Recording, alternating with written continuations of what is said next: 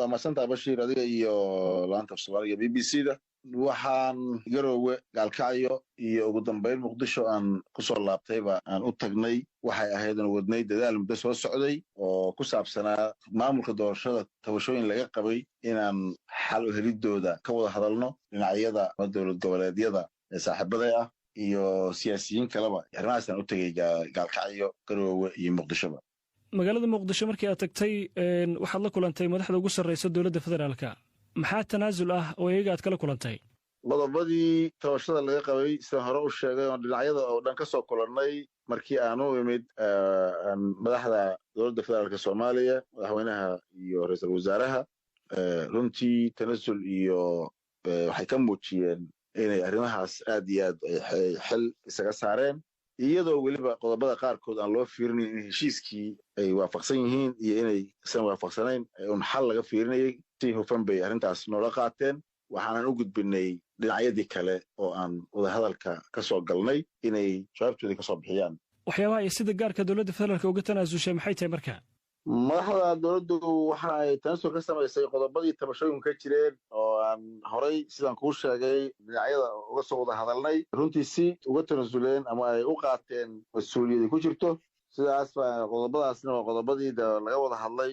marka taas weeye tan madaxdu ka muujiyeen tanaasulka oo aan dhinaca kalena sidaan hore u sheegnay aan la wadaagnay isla dhinacaasi kale aad sheegtay oo ay ka mid yihiin maamulka Jubbaland iyo madaxweynaha hore waxay ku andacoonayaan in wali aysan wax jawaab idinka helin marka waa ay cid aad ku warcelisay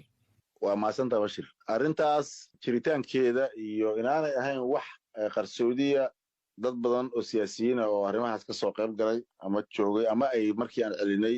la wadaagnay baa jira oo jooga markii aan garoowe joognayna dad bay u xil saarteen xiriirka iyo arrimaha inay iyagu u qaabilsan yihiin waan la wadaagnay kuwa qaabilsanaa iyo kuwa kaleba waa la wadaagnay waana ogaan kartaayoo dad mas'uuliyiin oo hebel iyo hebel iyo hebel hebel ugu dhigi karo taasi waa saasay ku caddahay waa ka xumaay runtii nin dalka soo maamulay inuu warkaas yidhaahdo anigu inaan u jawaabana mas-uuliyadda saaran baa ka weyn saaxiibkay madaxweyne Axmed Madoobe haddii aad la socotay waaba la socotay wuxuu yidhi warqad nooma soo qorin madaxweyne Axmed Qoorqoor marka warqad nooma soo qorin baa ku filan iyadana inay tahay warkaasi waraan runtii in la difaaco un kaliya lagu talagalay ee aan xaqiiqadii ahayn maxaa yeelay warqadtii horena laguma soo qorin aniga warqad igama soo dhiibin warqad nooma soo qorinna waa wax la fahmi karo waa hadallo iyo jawaabo aan dalku maanta u baahnay in aad iyo aad looga fogaaday ahayde maaha runtii in la yidhaahdo tanna waa difaaci kartaa tanna waa difaaci kartaa annagana wax dhibaataa cidna kama aanaan sheegin haddaad la socoto warkeenni waxaan sheegnay shaqada la soo qabtay dadaalkii la bixiyey iyo meesha uu marayo marka jawaab inay xagga jirto kaliya un baan sheegnay waayahay saacadihii lasoo dhaafay waxaad adiga iyo qaar ka mid a madaxda maamul goboleedyada aad kulamo la qaadanayseen midowga musharaxiinta qaar ka mid a marka maxaad isla meel dhigteen dhammaan dhinacyada oo dhan waa sabab aragnaa ama waa ismaqalnaa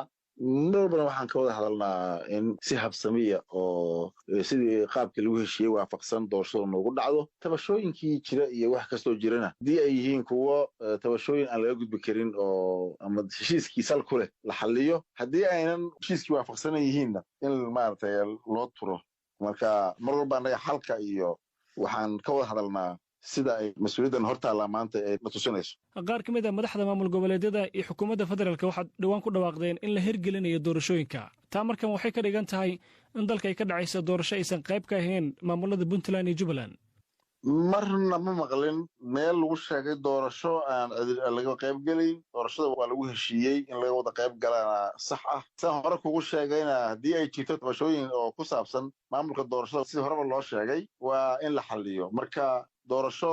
Puntland iyo Jubbaland ka hareen meel lagu yiri ma jirto ama mid ay ka maqan yihiin sababna ma jirto maxaa yeelay mar walba waxaa laga hadlayay tabashooyinkii jirana in la xalliyo doorashadana ay tahay